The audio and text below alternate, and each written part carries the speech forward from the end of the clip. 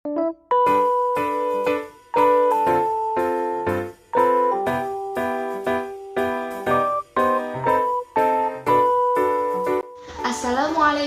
warahmatullahi wabarakatuh. Selamat pagi anak-anak. Bagaimana kabar kalian? Semoga kita semua dalam keadaan sehat walafiat.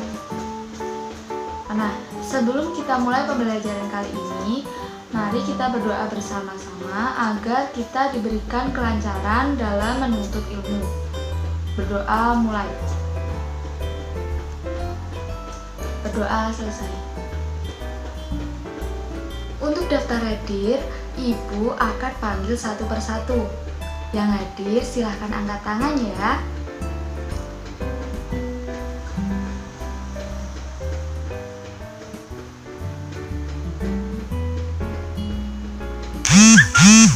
Nah, siapa yang ingat minggu lalu kita belajar tentang materi apa?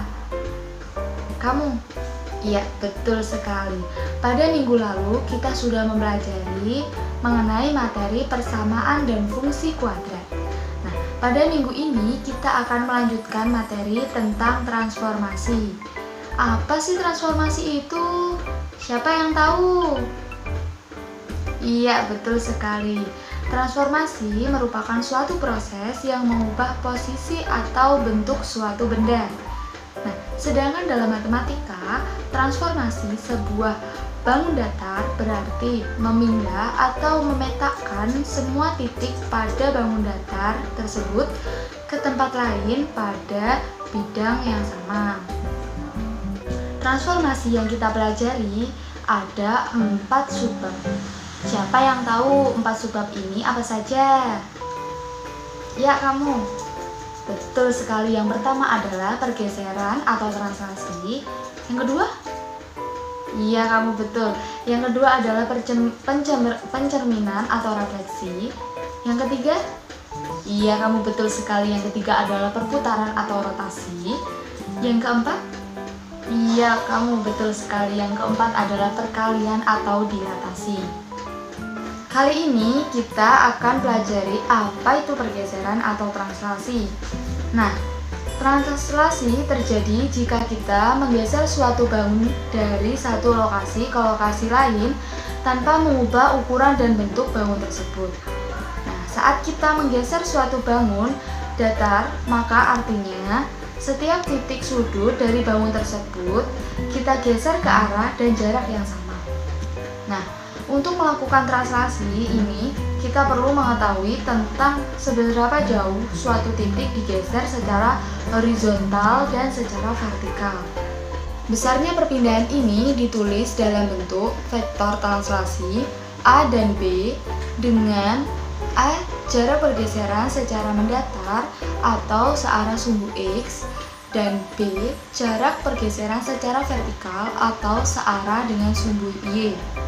Nah, jika nilai A dan B positif, maka pergeseran benda yaitu bergeser ke kanan atau ke atas.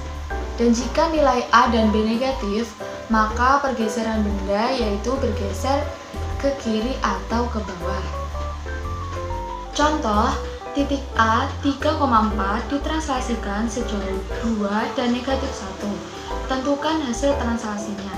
Nah, langkah pertama, kita gambar dulu bidang kartesius seperti di samping ini.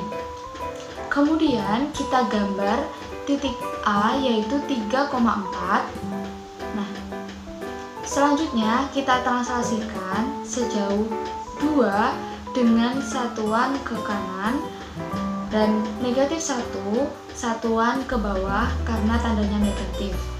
Nah, kemudian kita gambar koordinat A aksennya yaitu 5,3. Nah, jadi hasil translasinya adalah A aksen 5,3. Dari contoh ini, coba kita perhatikan dari titik A 4,5 ditranslasikan sejauh 2 dan negatif 1, menghasilkan titik A aksen 5,3. Nah, bisakah kalian menyimpulkan sesuatu? Kamu? Ya, betul sekali. Jadi, jika ada suatu titik X, Y ditranslasikan sejauh A dan B, maka hasil translasinya adalah X ditambah A, Y ditambah B. Nah, mari kita kerjakan tanpa menggunakan koordinat kartesius soal di samping ini. Tentukanlah hasil translasi dari titik C 2,-4 yang digeser sejauh 4 satuan ke kiri dan 5 satuan ke atas. Nah, yang pertama kita tulis titik C 2,-4. Ditranslasikan dengan vektor translasinya yaitu -4 karena ke arah kiri makanya tandanya menjadi negatif dan +5. Nah, kita cari C aksennya. X ditambah A artinya 2 ditambah -4. Dan Y ditambah B artinya -4 ditambah 5. Nah, jadi titik C aksennya adalah -2,1. Gampang sekali kan? Selanjutnya kita akan mentranslasikan bangun datar. Misal, ada segitiga yang titik sudutnya itu A 1,2, B 4,2, C 3,5. Nah, segitiga ini akan kita translasikan sebesar 3 dan 1. Artinya 3 satuan ke kanan dan 1 satuan ke atas. Nah, gimana ya bangun datarnya setelah ditranslasikan? Nah, jadi begini. Pada translasi bangun datar, kita harus mentranslasikan masing-masing titik sudutnya. Berarti, untuk segitiga ini kita harus mentranslasikan titik A, B, dan C. Nah, dimulai dari titik A. Titik A 1,2 ditranslasikan menjadi titik A aksen 4,3. Nah, titik B 4,2 ditranslasikan menjadi B aksen 7,3 dan titik C 3,5 ditranslasikan menjadi titik C aksen 6,6. Jadi bangun datar tersebut setelah ditranslasikan menjadi seperti ini. Nah, apabila ada yang bertanya seperti ini, Bu, kalau misalnya diketahui titik setelah ditranslasikan, terus kita mencari titik sebelum ditranslasikannya gimana, Bu? Nah, ini merupakan pertanyaan yang bagus. Jadi begini, tadi cara mencari titik setelah ditranslasikan itu kan kita menjumlahkan titiknya dengan berapa pergeserannya kan? Nah, berarti kalau mau mencari titik awal sebelum translasi, tinggal kita kurangkan saja titik setelah translasi dengan pergeserannya. Nah, ketemu deh titik awalnya. Oke, jadi selanjutnya kalian kerjakan LKS halaman 21 nomor 1, 3, dan 5 secara individu ya. Ibu beri waktu 20 menit untuk mengerjakan.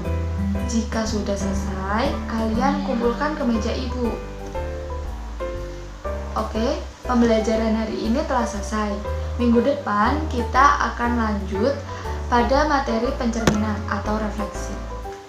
Untuk mengakhiri kegiatan hari ini, mari kita berdoa bersama-sama. Berdoa mulai.